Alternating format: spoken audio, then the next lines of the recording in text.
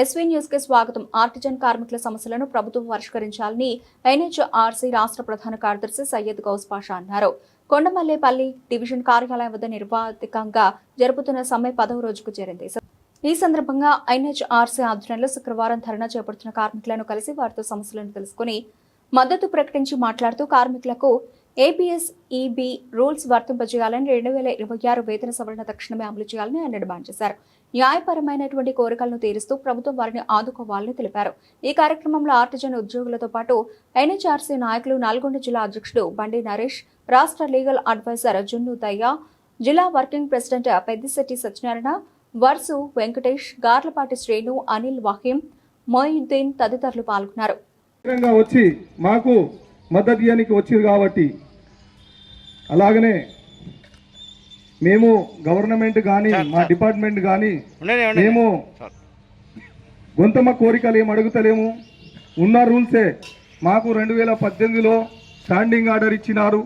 ఆ standing order ఎప్పుడో 1947లో British కాలం నాటి స్టాండింగ్ ఆర్డర్ని అమలు చేసి మాకు ఆర్టిజన్ అనే 2-3 సంవత్సరాల నుంచి పోయినసారి ఈశ్వరరావు అని చెప్పేసి మాకు సంవత్సరంన్నర దగ్గర మేము ఈ గవర్నమెంట్ వచ్చినాక చాలా సార్లు మొరబెట్టుకున్నాము. అయినా లాస్ట్ మా లేబర్ విరమించుకున్నాము. తర్వాత ఏం చేసినామంటే మా ఆర్టిజన్లు ఎలాగునో పర్మనెంట్ సంఘాలు రావట్లేదని మేమే విన్నెలుగా తయారయ్యి దశల వారీగా ధర్నాలు చేసుకుంటా మొరబెట్టుకున్నా కానీ అంటే మీరు మీ యొక్క డిమాండ్ను విద్యార్థుల ఆధారంగా ఆర్డినెన్సీ కన్వర్షన్ చేయడానికి అని చెప్పేసి ధర్నా చేస్తున్నారు. అయితే మీ యొక్క వాల్యూ ఎప్పుడు తెలుస్తుందని ఇప్పుడు దాకా అన్న చెప్పినట్టుగా ఇప్పుడున్న సమ్మర్లో వాతావరణానికి ఈదురుగాలు కానీ వర్షాలు కానీ వచ్చినప్పుడు కరెంట్ అనేది బ్రేక్ డౌన్ అవుతుంది. అలాంటప్పుడు మనం అందరం కూడా కరెంట్ లేకపోతే కాసేపు కూడా ఇంట్లో ఉండలేము. ప్రతి ఒక్కదానికి కూడా ఈ పవర్ అనేది చాలా ఇంపార్టెంట్. మీరందరూ కూడా అంటే అన్న చెప్పినట్టుగా మొదటి స్థానంలో ఉన్నారు. అంటే ప్రతి ఒక్కరికి కూడా ఈఎంఐస్ ఇంట్లో ఇవన్నీ ఉంటాయి. ఈరోజు 17th, ఇంకొక 13 days అవుతే ఈ మంత్ కంప్లీట్ అవుతుంది. అప్పటిదాకా కూడా మీకు ఇంతవరకు అమౌంట్ కూడా లేదు. ఈ ధర్నా గురించి మీరందరూ కూడా ఎలాంటి వైలెన్స్ చేయకుండా సామరస్యంగా ఒక టెంట్ వేసుకొని మీరందరూ కూడా ఇక్కడికి ఉండి అందరూ ఐకమత్యంగా పోరాటం చేస్తున్నందుకు ధన్యవాదాలు. ఇచ్చేసిన నా సభ్యులు నాకు వెనుదండు ఉండి నడిపిస్తున్నందుకు వారికి పేరున వందనాలు తెలుపుకుంటున్నాను. ఆర్డినెన్సీ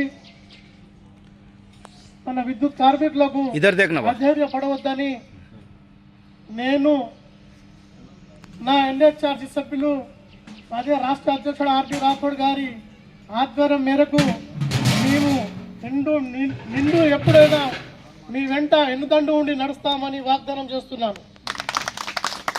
ఇదే కాకుండా మీకు ఈ ధర్నా పట్టు కాదు, మీ వెంట ఉడుం పట్టు కావాలని ఆ దేవుణ్ణి ప్రార్థిస్తూ మీకు ఆ దేవుడు అతి తొందరలో పిలుపు వస్తుందని కోరుకుంటున్నాను. లేకపోతే ప్రభుత్వం మొండి వైఖరి చేసిన వల్ల రాష్ట్రం మొత్తానికి మా రాష్ట్ర అధ్యక్షుడు ఆర్పి రాథోడ్ నేతృత్వంలో ప్రతి ఒక్క డివిజన్లో మీ ముందుండి నడిపిస్తామని మరొకసారి వాగ్దానం చేస్తున్నాను. దేవరకొండ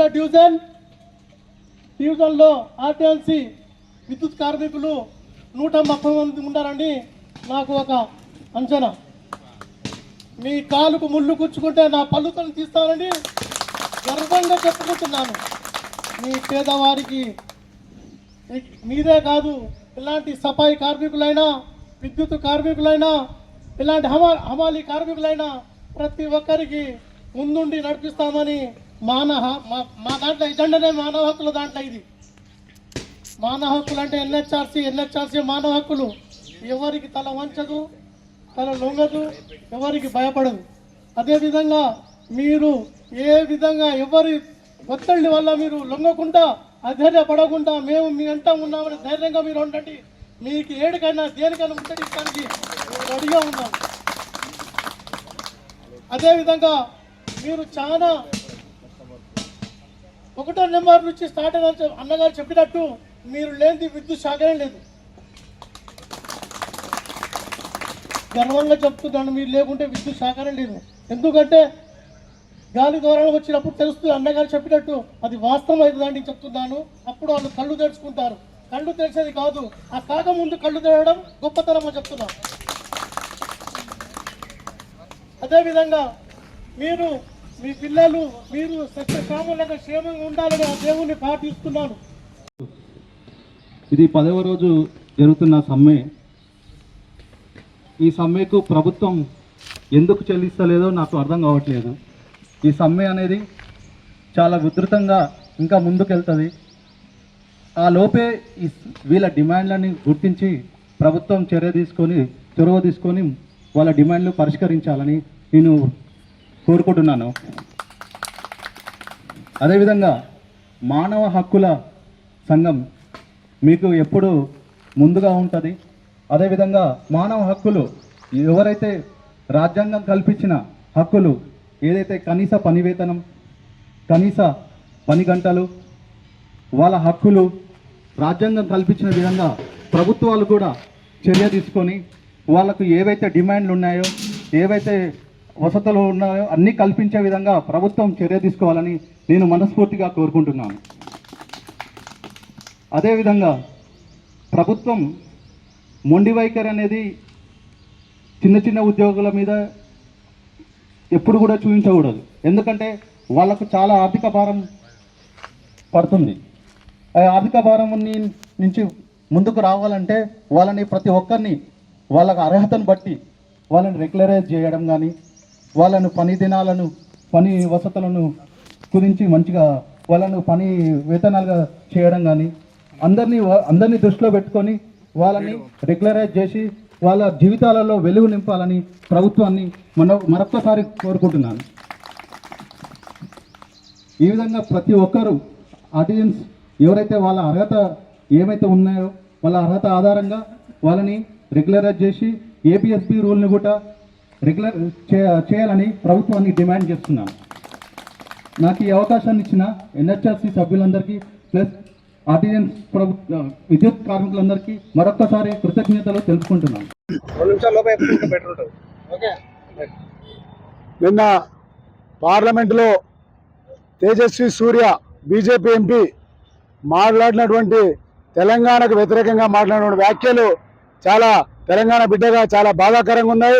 ఎందుకంటే ఆనాటి తెలంగాణ ప్రజలు వారికి సంబంధించినటువంటి ప్రాణత్యాగాలను చూసి మరి అప్పుడు ఉన్నటువంటి యూపీఏ చైర్పర్సన్ మరి శ్రీమతి సోనియా గాంధీ గారు ఆమె కలత చెంది తెలంగాణ బిడ్డలు ఎవరు చావకూడదని చెప్పేసి మరి తెలంగాణను ప్రసాదించిన దేవత సోనియా గాంధీ గారు.